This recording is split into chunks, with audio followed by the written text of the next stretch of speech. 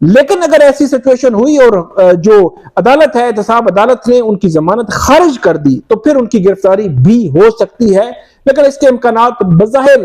10% نظر آتے ہیں۔ 90% ان کی ضمانت کے حوالے سے نیب کے، کیونکہ ابھی تک وارنٹ کا معاملہ سامنے نہیں آیا کہ نیب کہہ رہی ہے کہ انہوں نے انویسٹیگیشن میں تعاون نہیں کیا یا ان کو کوئی سوال نامہ بھیجا تھا، ان کو کال اپ نوٹس بھیجا تھا تو اس کو گرفتاری چاہیے، تو اس لیے بظاہر ایسے لگتا ہے کہ 10% آپ یہ کہہ سکتے ہیں ایسا کوئی چانس ہے، 90% کوئی چانس ایسا نہیں ہے کہ ان کی گرفتاری ہو۔ اسلام آباد ہائی کورٹ میں اسی طرح کا عمران خان کا کیس ہے اور اس کیس میں بھی کل آرگومنٹس ہوں گے، عمران خان بھی پیش ہوں گے، لیکن اس میں کیا گرفتاری کا امکان کچھ لگتا ہے؟ بظاہر ایسا نہیں لگتا، کیونکہ عمران خان گزشتہ جو بلایا گیا تھا نیب کی جانب سے وہ پیش ہوئے، انہوں نے جواب بھی جمع کروایا۔ بظاہر ایسے لگتا ہے کہ کل اسلام آباد ہائی کورٹ عمران خان کو کہے گی کہ آپ نیب کورٹ سے رجوع کریں اور وہاں پہ اپنی ضمانت جو ہے وہ آپ دائر کریں، اور وہیں پہ، کیونکہ وہی فورم ہے اور وہاں سے ہی اپنی ضمانت کا معاملہ جو ہے وہ آپ آگے بڑھائیں۔ کل ایک اور دو کیسز ہیں عمران خان کے، ایک جو عمران خان نے اداروں کے حوالے سے متنازع گفتگو کی تھی ان کے خلاف یہاں پہ تھانہ رمنہ میں ایک کیس ہے درج ہوا تھا، اس میں بھی عمران خان ضمانت پر ہیں۔ اس کے علاوہ 144 کی خلاف ورزی کے حوالے سے کیس ہے، اس میں بھی ضمانت پر ہیں۔ ایک عمران خان نے یہ کہا تھا کہ ان کے خلاف 9 مئی جب گرفتاری ہوئی تھی تو 12 مئی تک ان کے خلاف بہت سارے کیسز درج ہوئے ہیں، تو اس میں بھی عدالت نے حکم امتناع دیا تھا کہ 9 مئی سے 12 مئی کے درمیان جتنے بھی کیسز عمران خان کے خلاف درج ہوئے ان کو گرفتار نہ کیا جائے۔ تو یہ 3-4 کیسز ہیں جن کی سماعت اسلام آباد ہائی کورٹ میں ہونی ہے اور نیب کورٹ میں بشرا بی بی کے کیس کی سماعت ہونی ہے۔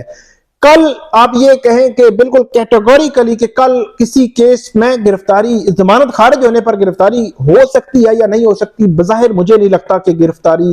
کا کوئی امکان ہے۔ تیسری بات ہم کریں گے کہ جو 9 مئی کے واقعات ہیں ان کے تناظر میں پی ٹی آئی کے ہزاروں کارکنان، 10,000 کے قریب پی ٹی آئی دعویٰ کرتی ہے کہ ان کے کارکنان، خواتین اور ان کے جو ان کو گرفتار کیا گیا ہے، ان کو جیلوں میں رکھا گیا ہے، اور پی ٹی آئی یہ الزام لگاتی ہے کہ ان کے ساتھ جو ہے وہ بدسلوکی بھی کی گئی ہے جیلوں میں۔ تو اس تمام تناظر میں بہت اہمیت کا حامل ہے کہ اس تمام تناظر میں ان کو فیئر ٹرائل دیا جائے۔ ملٹری کورٹ کے حوالے سے یہ خبریں آ رہی ہیں کہ تقریباً 2 روز قبل جو لاہور کی انسداد دہشت گردی عدالت ہے وہاں سے کچھ پی ٹی آئی کے کارکنان، ابھی کو مین لیڈرشپ میں سے ایسا کوئی نام، بڑا نام سامنے نہیں آیا کہ جس کی کسٹڈی کے لیے متعلقہ جو کورٹ ہے اس سے رجوع کیا گیا ہو کہ اس کی کسٹڈی ملٹری کورٹ کو دی جائے یا ملٹری کو دی جائے۔ تو اسلام جو لاہور کی انسداد دہشت گردی عدالت ہے اور راولپنڈی کی جو عدالت ہے یہاں سے کچھ جو تعداد ہے آپ یہ کہہ سکتے ہیں کہ دونوں کی ملا کے 25 کے قریب جو 25-30 لوگوں کی تعداد بنتی ہے جن کی کسٹڈی جو ہے وہ ان کے حوالے کی گئی ہے ملٹری کے حوالے سے۔ ان کے ٹرائل بظاہر یہ لگتا ہے کہ ملٹری کورٹ میں ہوں گے۔ اب کیا ان کو فیئر ٹرائل ملے گا، یہ وہ سوال ہے جو سارے لوگ اٹھاتے ہیں۔ اور اس کے علاوہ پی ٹی آئی جو یہ کہہ رہی ہے کہ ہزاروں کارکنان ان کے حراست میں لیے گئے ہیں، تو اس حوالے سے بھی عدالتی جو نظام ہے، جوڈیشل سسٹم ہے، اس کا بھی امتحان ہے کہ جو لوگ تو ڈائریکٹلی کہیں نہ کہیں ملوث ہیں، ان کے خلاف ثبوت بھی ہیں اور چیزیں ہیں، ان کے خلاف تو جو کیسز ہیں وہ ایک فیئر ٹرائل کو مد نظر رکھ کر یہ کیسز چلنے چاہیے اور اس کے بعد وہ آگے بڑھنے چاہیے۔ اور جو لوگ اس سارے معاملے میں بے گناہ ہیں اور ان کو بے گناہ جو ہے وہ پکڑا گیا ہے یا سیاسی پوائنٹ سکورنگ کے لیے حکومت وقت نے کہیں ان کو پکڑا ہے، پنجاب پولیس ہو یا مختلف جو ملک کے دوسرے صوبے ہیں وہاں پہ ہو، ان کے حوالے سے جوڈیشری کا یہ امتحان ہے کہ کم سے کم بے گناہ لوگوں کو چھوڑنا چاہیے، بے گناہ لوگوں کو جیلوں میں نہیں رکھنا چاہیے، اور جو لوگ کہیں نہ کہیں ملوث ہیں ان کو بھی مکمل فیئر ٹرائل دیں، ان کے وکیل ہونے چاہیے، ان کے خلاف جو ثبوت ہیں وہ ریکارڈ پہ آنے چاہیے، ان کو جرح کا حق ملنا چاہیے، اور اس کے بعد اس کی جزا اور سزا کا فیصلہ ہونا چاہیے۔ جزا اور سزا کا فیصلہ پریس کانفرنسز کی بنیاد پر جو ہو رہا ہے میرے نزدیک وہ بھی درست نہیں ہے۔ پریس کانفرنسز کی بنیاد پر یا کسی بیان کی بنیاد پر اگر سزا اور جزا کا فیصلہ ہونا ہے تو یہ حق صرف مخصوص طبقے کو نہیں ہونا چاہیے، نیچے کے کسی عام کارکن کو بھی پھر یہ حق دیں۔